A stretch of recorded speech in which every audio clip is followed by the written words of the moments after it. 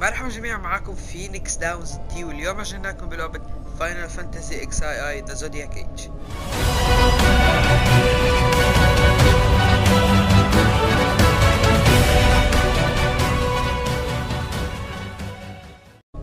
اخر مرة وصلنا على الجريت كريستال مثل ما انتم شايفين. وصلنا بدنا ننتهي من كل العمل اللي وصلنا له، واخيرا انهينا الجريت كريستال بعد ما دخلنا جيروفيجن وانشنت سيتي اوف جيروفيجن ودخلنا الفيوت. لكن قبل ما ابدا يا شباب حابب اقولكم شغله. انا بهاي الفترة الاخيرة صار عندي مشاكل بالميكروفون، فاغلب الصوت اللي بصوره ممكن يكون ضعيف او ما منيح. فانا في الفيديوهات القادمة ان شاء الله بعد فيديوين او 3 فيديوهات او ممكن الفيديو الجاي حطلع وجهي بالكاميرا وحفرجيكم انا ردة فعلي مثل هالالعاب، لانه هيك انا بعتقد انه افضل، وكمان بحل مشكلة الصوت لانه الصوت يا شباب تعرفوا كيف. فالافضل انه يكون من الجهاز اللي عم بصوره يكون عم يطلع صوتي. اما اذا بسجله من البلاي ستيشن فتلاحظوا انه 3/4 الفيديوهات اصوات الفيديو او صوتي بس اتكلم بيبقى مختلف عن الصوت الثاني، ممكن يكون عالي ممكن يكون واطي. لكن مثل ما قلت لكم اني حغير او حجيب الكاميرا او حجيب الستاند كاميرا وحصور لكم ردة فعلي مثل ما بيعملوا اغلب اليوتيوبرز. فمشان هيك انا حطلع ممكن اتاخر شوي بالفيديوهات بس لضبط وضعي مشان الميكروفون. وهلا خلينا نبدا. اخر فتره وصلنا على جيرو فيجن، خلينا نكمل.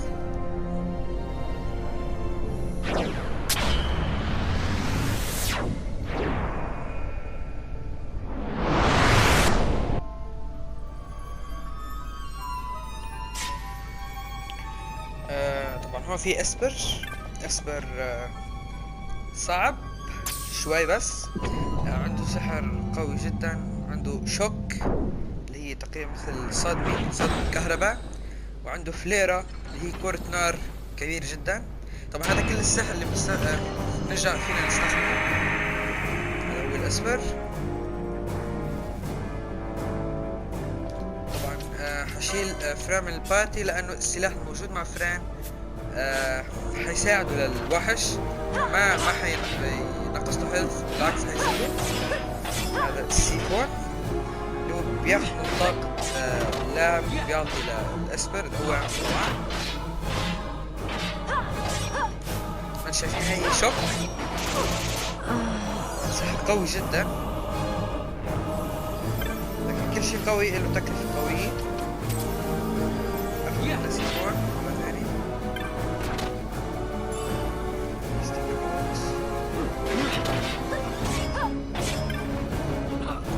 طبعا الفترة الأولى كنا نعرف الوحش كثير ضعيف، لكن حيرجع يعمل دفاع على حاله وحيصير ديفنس قوي جدا.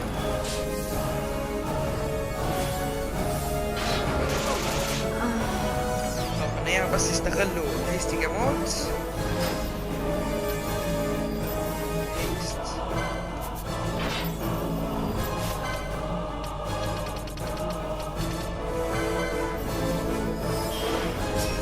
هاي فليرة انت شايفين فوق الاش.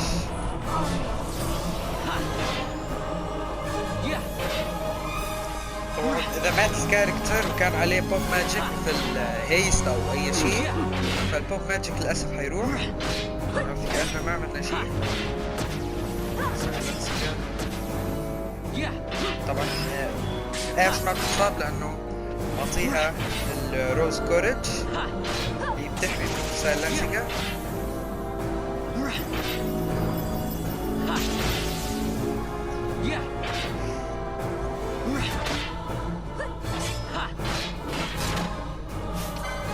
طبعا افضل نحاول نستخدمه بس زي الثيفز كابس.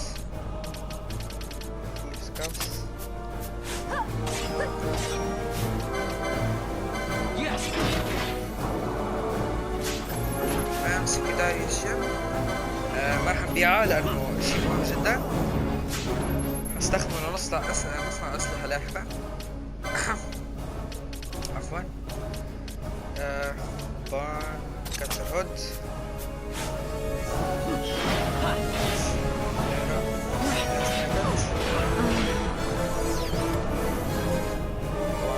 هلا بلش الوحش يزيد ديفنسه، بس يصير يعني بس يصير لحظة قرب يموت، يزيد ديفنسه.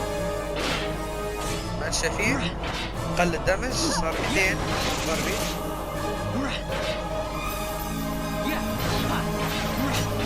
شيء ماجيك، صار عنده قوة السحر قوية أقوى، صار فيه يعمل أسرع، عمل الريج،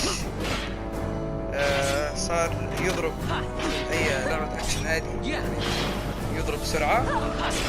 هي ايش ماتت؟ ما بسبب بلاش.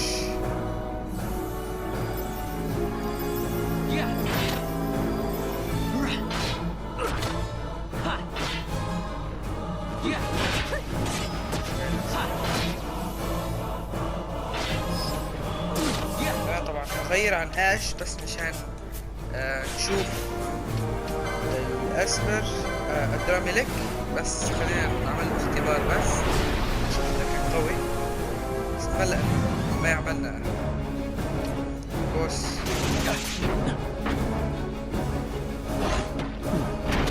الدراميلك قوي يعني اتاك منيح، فندارة يعمل فندارة. اوه الفندارة بيزيدلو، اسف. فلاش ارك، يا الله عملت زي شباب، عملت زي دراميلك صار يموت، عمل له جانسو فولت. بتمنى انه يكون الافكت قد شو كيف ما كان الافكت بيأثر عليه. اغلبية الوحوش اذا كانوا نار مثلا وطلع تشين بيعمل دائرة نار فبياخذ دمج حتى لو كان النار جوا.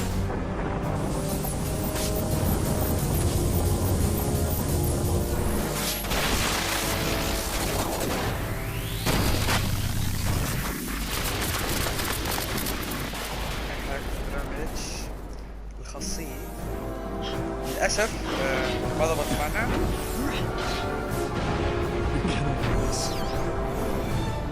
يعني باش ماش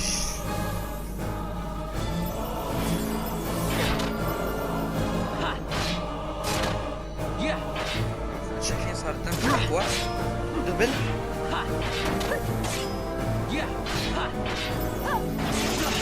شورت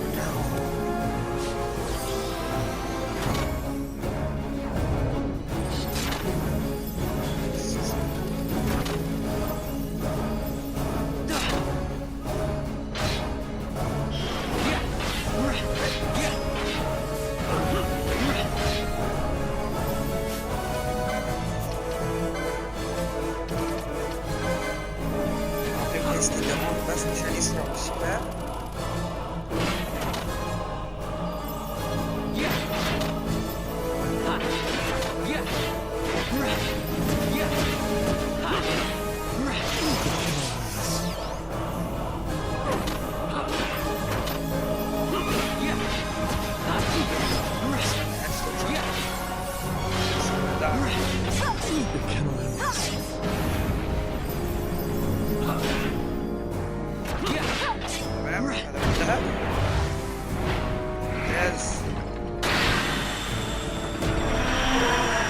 يعني صحيح عذبنا لكن فائدته كثير كبير علينا.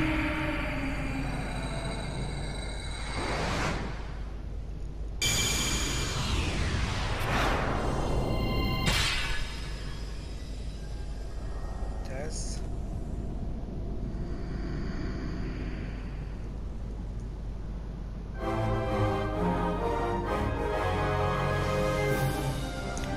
طبعا في فكرة واللي هي راحت عن بالنا انه ماتيوس هو الجليد، فما قتلنا ادراميلتش بماتيوس، قتلناه بالبلازيجا للاسف. يعني لو استخدمنا ماتيوس كانت سهلة علينا شوي بس مش كثير، لانه عدد الاعداء الموجودين كثار.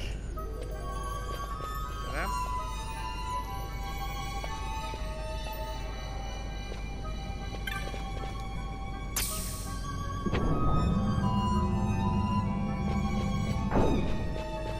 هي المنطقة اللي حتودينا على الأكيوريا اللي حتاخذ اش.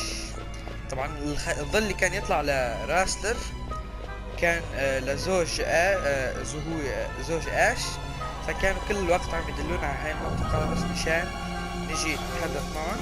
واللي غايتهم هي انه نحن ندمر اركيديا بكاملها، لانه فينات اللي تخلت عنهم واللي هي مع دكتور سيد هلاق يعني بدهم ينتقموا منا او هيك شيء، فبدهم يدمروا اركيديا.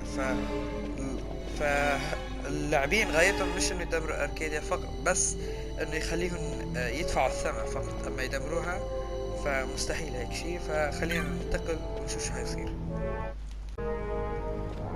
تمام، طبعا بالاول لازم نقرا الانسكريبشن، بعدين لازم نقرا الديفايس مشان ياخذنا على الكيوريا.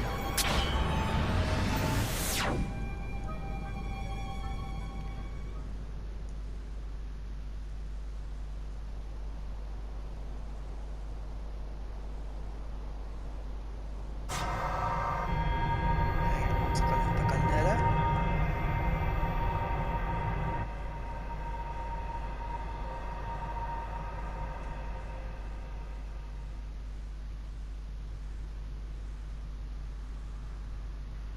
Where is everyone? Fear not, Princess of Dalmasca.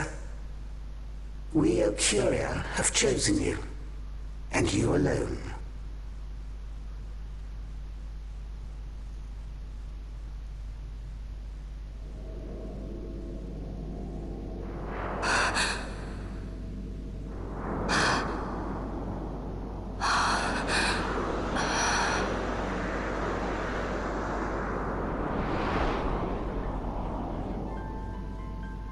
Ashalia Benarg and Dalmasca, we see your heart desires power, and power most holy shall we grant. Seek you the sun-crest, slumbering star. In tower on distant shore it dreams.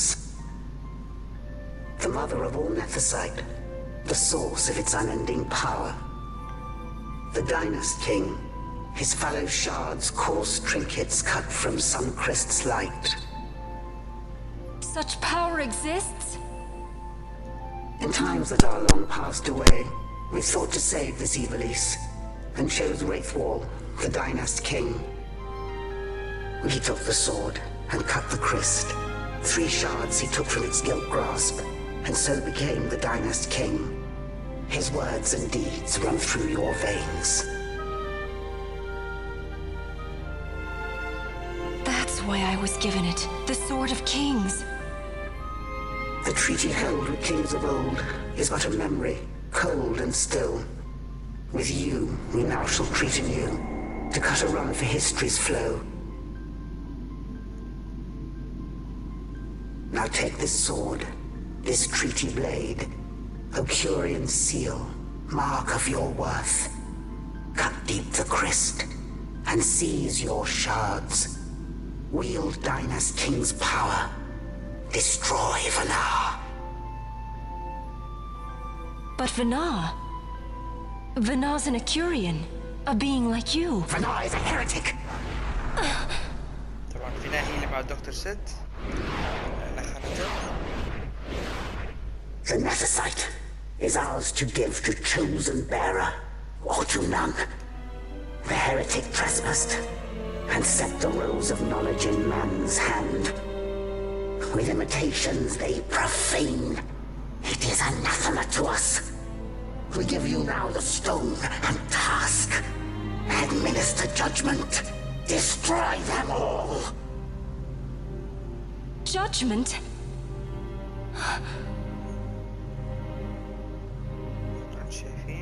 Destroy them all? The Empire? The hues ever skew history's weave. With haste, they move through 2 short lives. Driven to err by base desires, toward waste and wasting, on they run. Undying, we Ocuria light the path for wayward sons of man. Oft did we pass judgment on them, so that Ivalice might endure.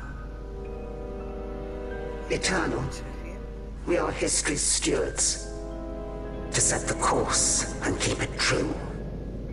The chosen is our hand, our fist, to let live some and crush the rest. Princess, you have been chosen. Take revenge against those who stole your kingdom. Fulfill your role as savior.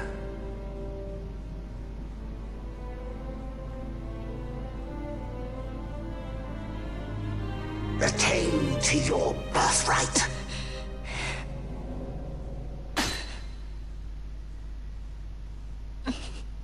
شايفين؟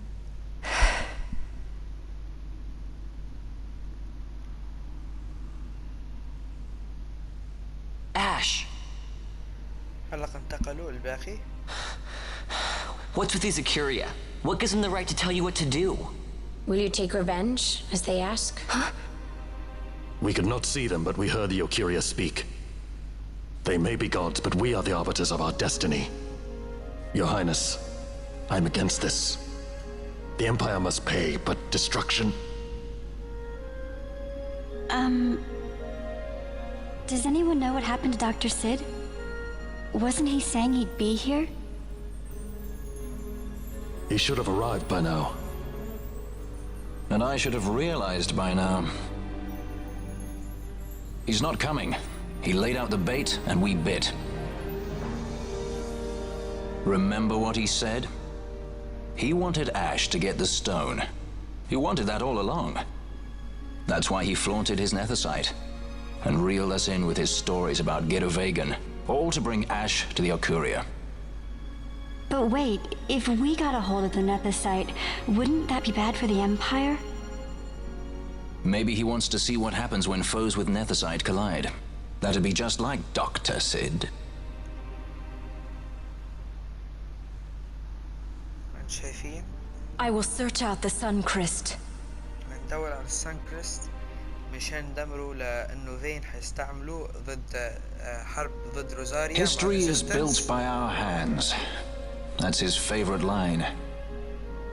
He'd never stand by and watch the Ocuria stones shape things. So, he was talking to Vanar all along. He wasn't mad at all then, was he?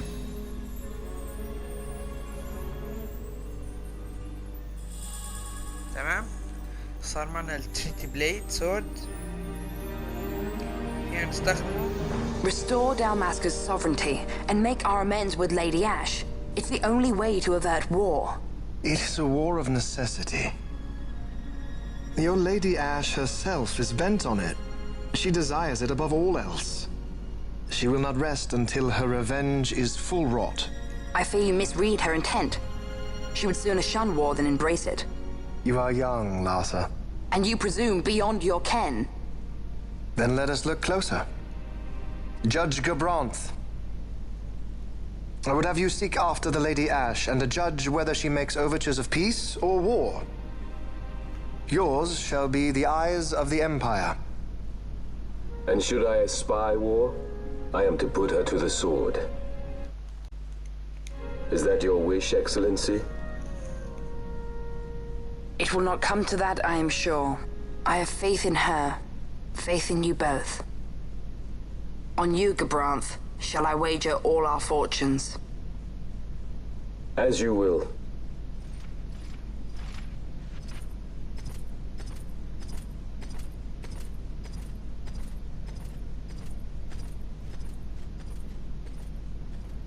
That so sweet a child could be your brother is hard to believe. Larsa is as he should be. What's that, Vanna? Ah, taken the bait already, have they? Splendid. The Ocuria have given the princess her treaty blade. The gods have chosen their scribe to write history as they deem fit. Yes, and she with fresh nethicite to aid her. Bah! To hell with the Acuria and their stones. What good? A power that cannot be harnessed. Baubles best suited for study, no more.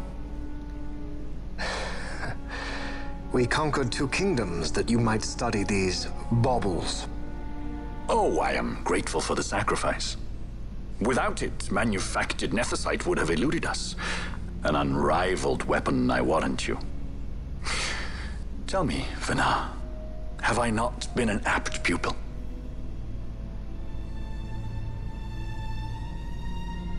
My counsel did but guide your able hand.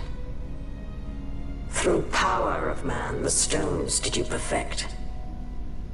Yes. So much accomplished in 6 fleeting years. Man's fervor o'er all obstacles prevailing. Our lives are much too short. You undying might waste long centuries away, but we, I fear, cannot. Just so.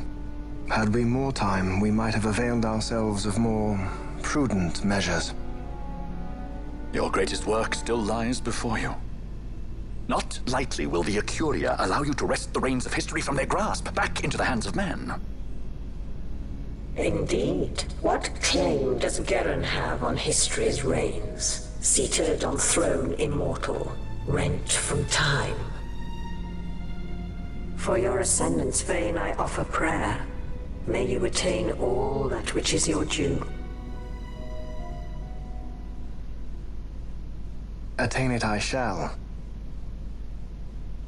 For too long have my deeds gone unrewarded.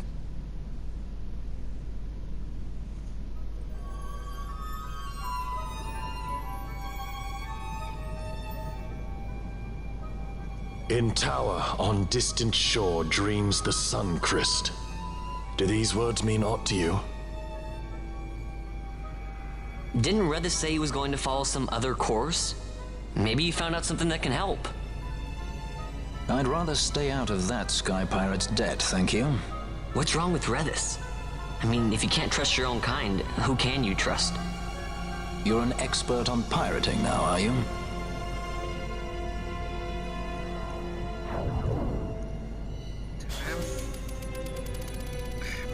نروح العبارة اللي قالوها. طبعا معنى العبارة فيها منطقة حنروح لها، ما حنحكي عنها لأنه أهلك reddas حنرجع له حيشرح لنا عنها.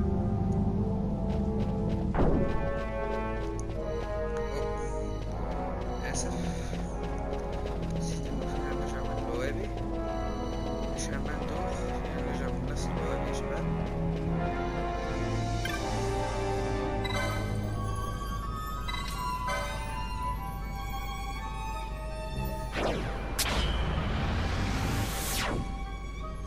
رجعنا من الأول.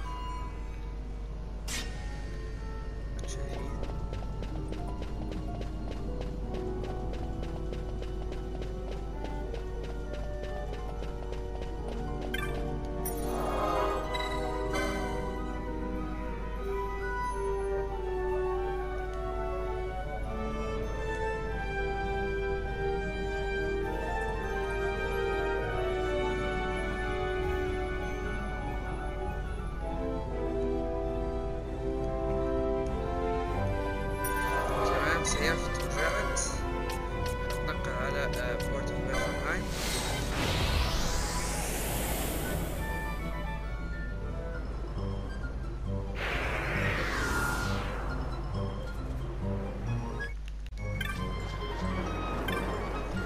تمام.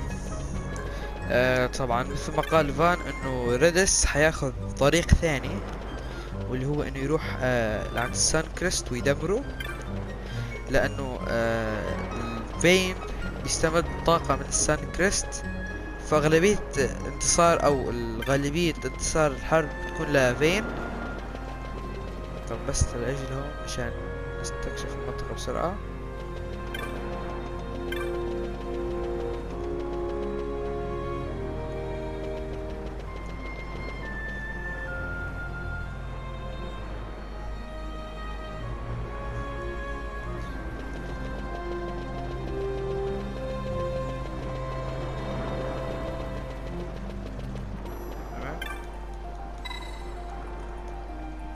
طبعا حتبدأ انه السفن بس وصلوا لعند جزيرة محددة توقفوا ما عاد صاروا يشتغلوا، هذا كله من السان كريست لأنه حد الجزيرة الموجود فيها. Ships in the water. Send fishing dories if need be, I care not. Glossair engines are as good to us as sky to a fish. Leave what boats have foundered. I want souls saved, not driftwood. Our armada ran afoul of bad water near the Riddarana Cataract. All engines stopped a sudden. Becalmed. Trouble with a mist thick as death, it seems. Those seas are yacht. I expected airship trouble, not a fleet foundering midst the waves. Tell me of what happened in Girovegon. From the lay of your eyes, I measure all did not go well. Sid, was he false as I feared? Yes, but we may have caught a glimpse of his true intent. We may now know what it is that Sid searches for.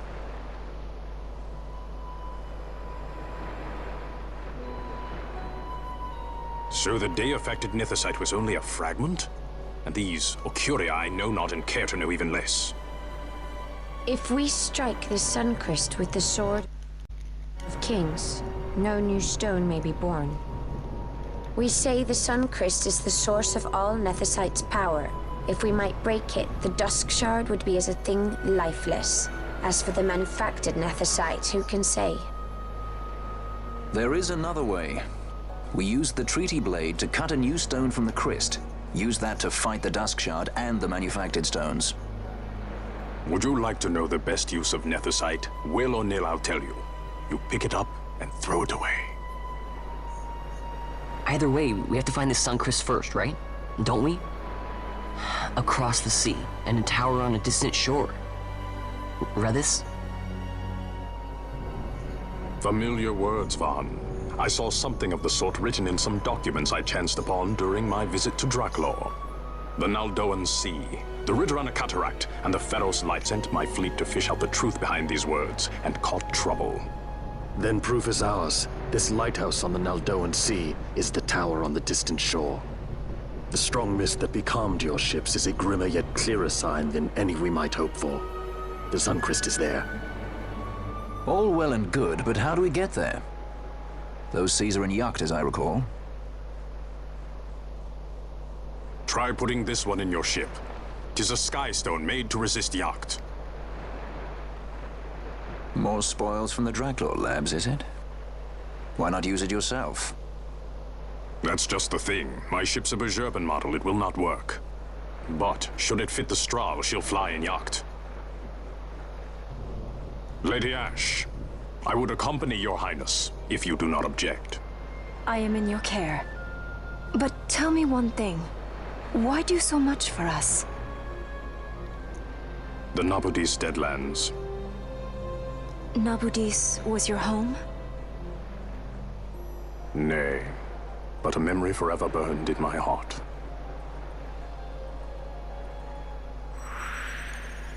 تمام. واخيرا ريدس صار معنا بالمجموعة، واخيرا وصار عددنا اكبر. والمهمة الجاي هي ان نروح على ريدورانا كاتاراكت، لكن طبعا هذا نونو عم يخبرنا انه صلح الاسترال وصار فينا نسافر فيها على الريدورانا كاتاراكت. طبعا من هذا الفيديو ولقدام حنبدأ بالهانتس وبالسايكويستس والاسبرز، لانه صار لنا ممتاز نقتلهم. وغير هيك صار معنا عضو جديد واللي هو ريدس. طبعا ممكن يكون ليفله قليل لكن معنا حنقويه. وهلق حنبدأ بالهانتس او حنعمل اي هانتس بس مشان حنفوت على لوح الهانتس ب بورت اوف بلفنهايم.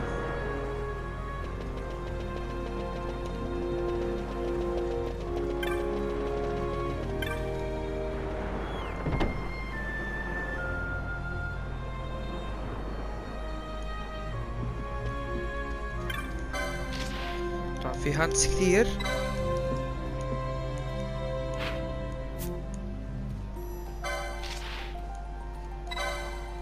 انتم شايفين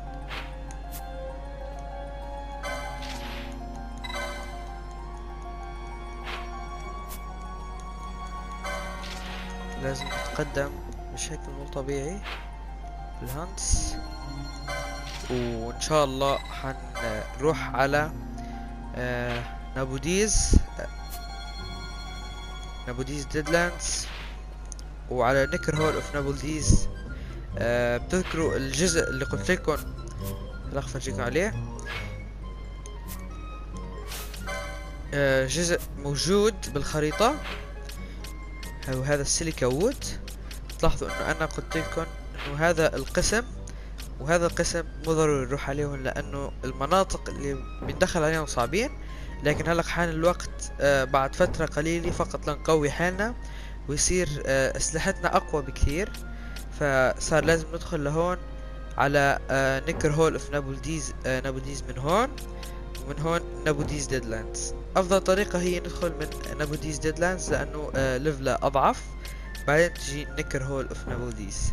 طبعا نيكر هول اوف نابوديز تفجرت كلها، هي حفرة من المدينة انفجر فيها الداسك شارد او حجر من هاي الاحجار، فدمرت كلها. انفجرت مثل ما انفجر بجدج جيس وقت استخدم او عمل اختبار للداسك شارد، فجرت السفينة كلها وكل شي حواليها. وكمان صار بنابوديز ديدلاندز نفس الشي، فحنرجع نروح نستكشفها بعدين. وغير هيك كمان حنفتح هانتس وفي مناطق كثير بعد ما شفناهم، مثل زورتين كارفنز ومناطق غيرها بعد ما استكشفناها.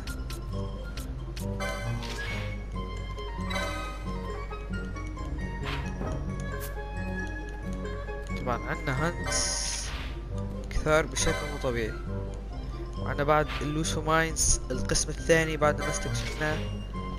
كثير عنا بعد هانتس يا شباب، لازم نشتغل يعني تقريبا من هون لأربع 5 فيديوهات كله فقط هانتس.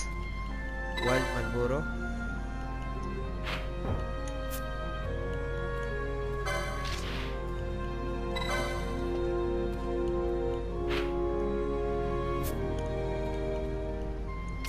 تمام. بعتقد انه هلا كل شيء تمام. هلا حروح على الجيزا بلينز، لانه عنا بعتقد حنشوف اذا الكيل سنيبر الهانتس موجود. طبعا لازم تكون بالاول جافة لناخذ البيتيشنر، وبعدين حنروح لعند هاب ثاني، لانه بس يصير بالجيزا بلينز مطر حيكون الهانت موجود. فلازم نكسر كل الاشجار الموجودين اللي يابسين بالجيزا بلينز لحتى لحتى نصنع طريق سري اللي بيقودنا للكيل سنيبر.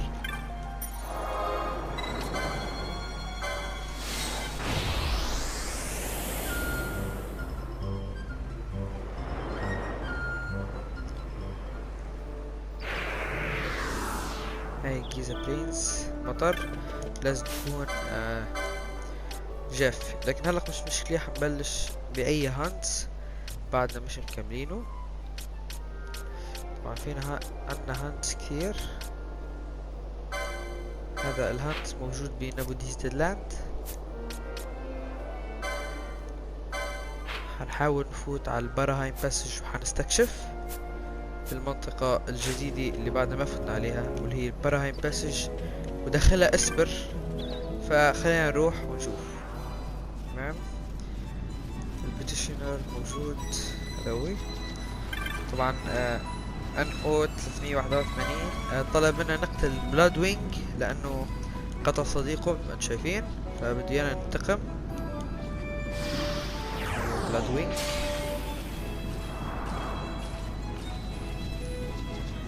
مثل ما بنعرف الهانت موجود بالباراهايم باسج. كلام برايمر بلاد وينج هذاوي ما انتم شايفين المنطقة بعد ما استكشفناها كل ما نستكشفه هلا. طبعا اذا كان الام بي للاعبين تبعك قوي جدا فبنصحك انك تحط جامبتس، واللي هي كي او او الناس اللي ميتة او الناس اللي ماتت وقامت مثل الزومبيز مثلا او سكيلتونز يعملوا عليهم كيورا او كيوراجا، لانه هذا الدمج خرافي يا شباب. لكن مثل ما انتم بتعرفوا انه الكيوراجا علينا ما عم بتكفي، فكيف بدها تكفي على الاعداء وعلينا؟ ف هاي حنستخدمها في حال كان السيجا رينج عدده كثير بالمجموعة. انتيدوت. طبعا حنبلش بهاي المنطقة لأنه هاي المنطقة مسدودة فقط فيها كم وحش وبعدين تنسد. لكن المنطقة الثانية أو المدخل الثاني هو اللي فيه وحوش وفي الأشياء اللي بدنا إياها أو البلاد وينج.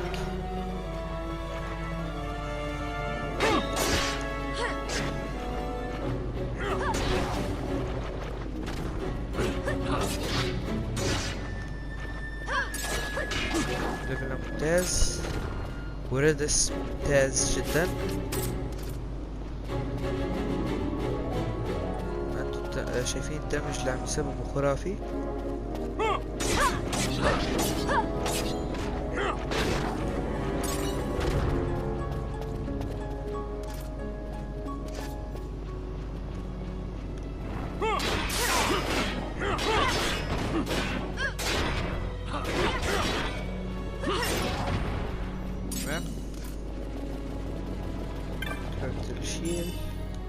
دايموند شيلد، اي حدا فيه يستخدم دايموند شيلد.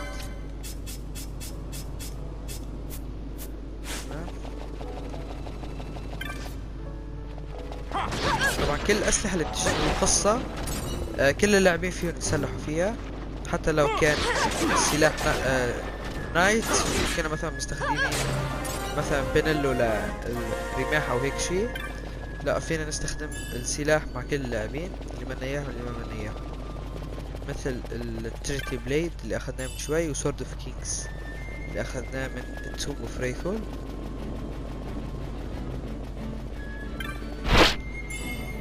اويل هاند كرشف تمام طلعنا اياها.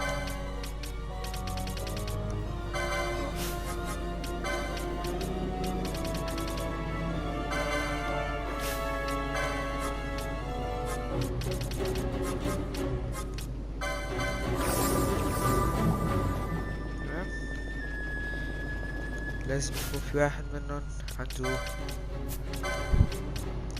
لايسنس. نعم هذا هو الاسم اللي قتلناه من شوي.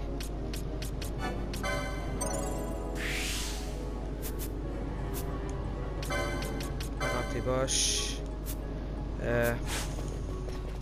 جامبتس لليبرا عشان ما عاد يوقعنا بفخوخ مرة ثانية.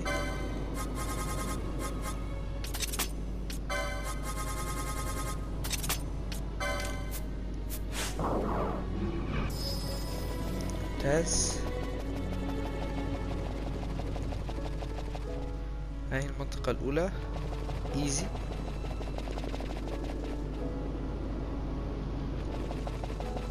كنا الوحوش مسالمة، أفضل إنه ما نظل قدامه لأنه حتهاجمنا.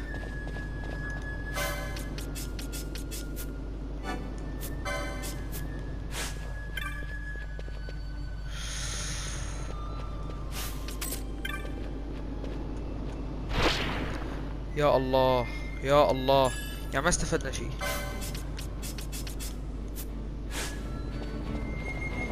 شوفوا الام بي تبع ريدس راح كله. بدنا نسمعه هولي.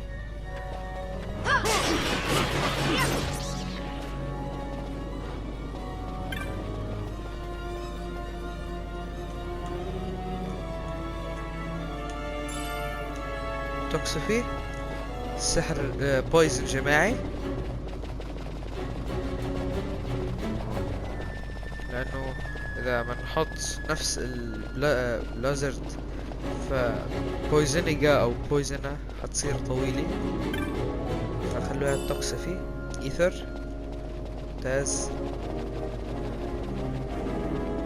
هلق حنوصل على الجزء المرعب من البراهين باسج اللي هذا هو الجزء المظلم منه او البراهين باسج كاندل لوي. الوحوش موجودين هني اموات، سكيلتونز، اشباح، يعني كل شيء بيتعلق بالاموات موجودون.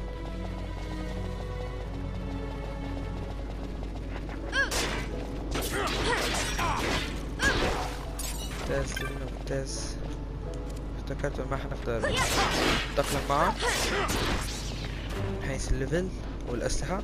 هي خريطة البراهين باسج كاندل.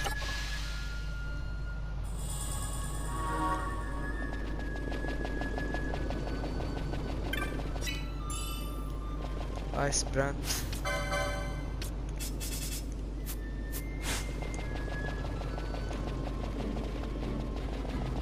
ما في مدخل، رح ندخل من هون.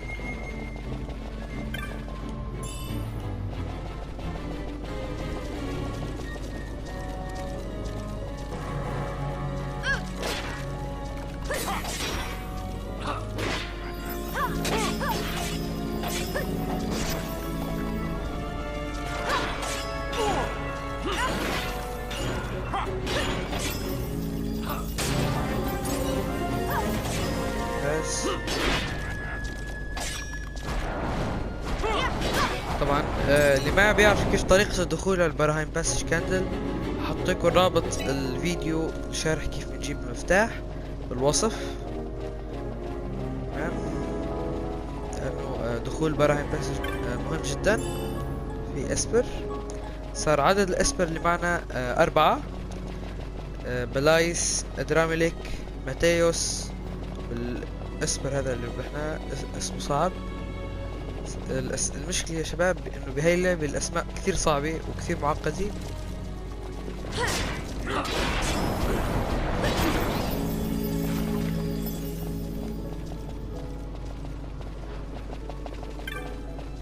هذا عنكبوت.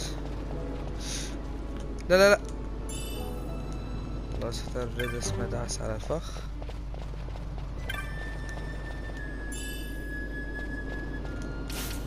تقدم هذا السلاح ليش؟ لا لا، حنستخدمه لانه اقوى وحيعطي سلو للوحش اذا ضربناه، فالافضل انه نعطيه. اذا كان معه افكت. بتلاحظ انه هون بالمنطقة ما فينا ندخل. طريقة انه نجي عند هذا نضربه تنفتح طريق، صار فينا ندخل.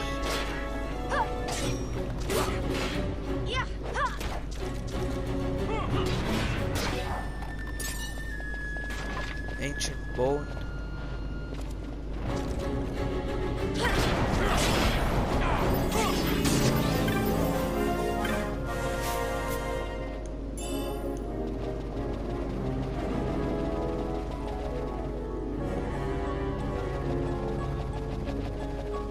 منطقة مقطوعة نرجع ليها.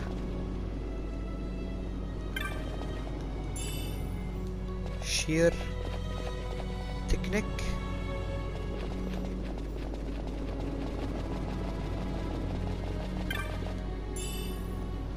ساوت الجل. شايفين بلش الاشباح يجوا.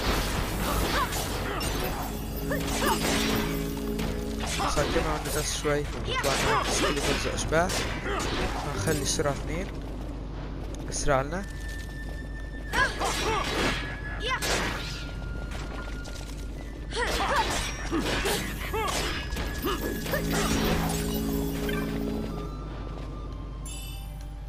تمام.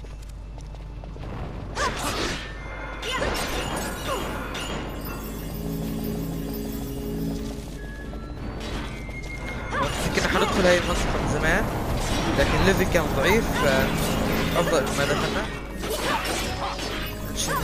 هلا هو ليفلنا قوي، عم نستصعب شوي بس الدخول.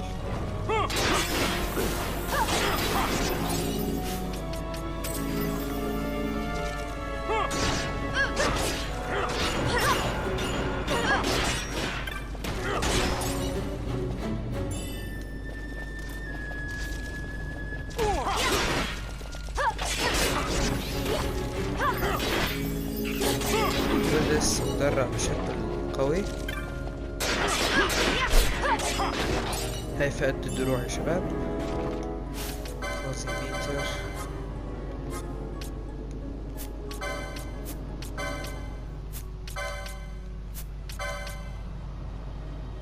فازيميتر تمام.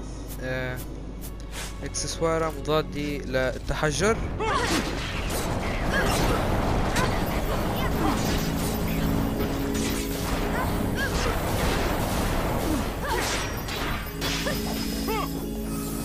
لاين ماء.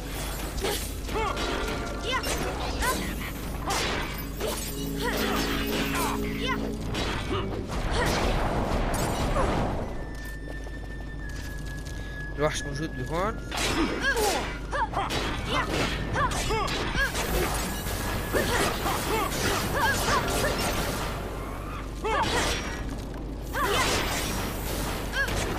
المنطقة بصير شيء كبير.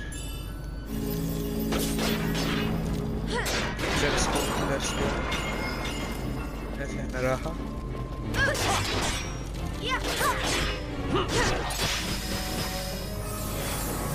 أمان للجميع.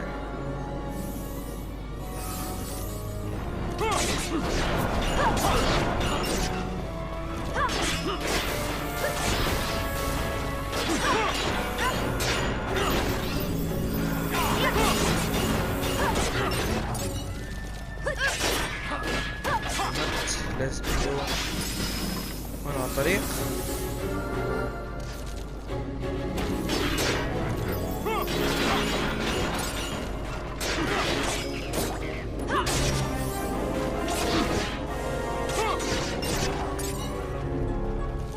هذا هو بلاد وينكس.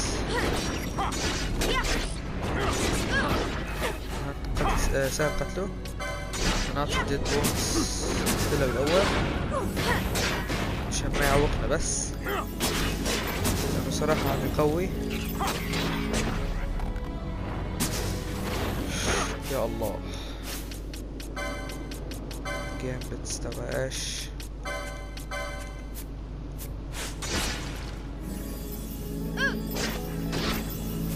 طبعا بلاد وينج معنا قوي جدا.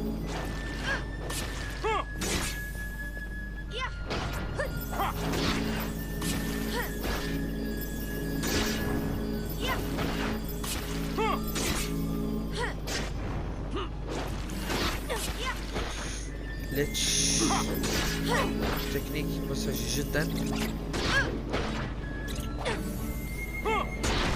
واخيرا هذا هو البلاد وينج انتهى.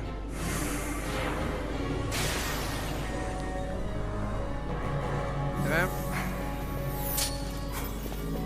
طبعا اللي حس حاله انه ليفله وما عاد في يستحمل اكثر بهالمنطقة، فقط يمشي بلا ما يقتل حدا يوم بهالازعاج.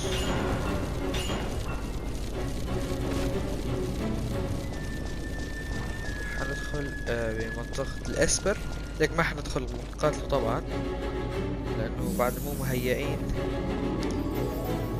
هاي سيف. خلصنا كل شي. قتلنا البلاد وينج. بتشينا بتعرفوا وينه. بعتقد انه الفيديو الجاي حيكون كيف حنقتل الاسبر القادم. ويب لهون يا شباب وصلنا معكم لاخر مقطع. بتمنى انه يكون عجبكم.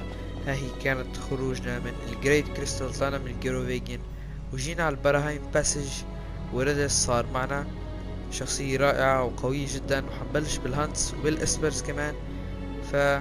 كان معكم فينيكس داون سيتي، والى اللقاء.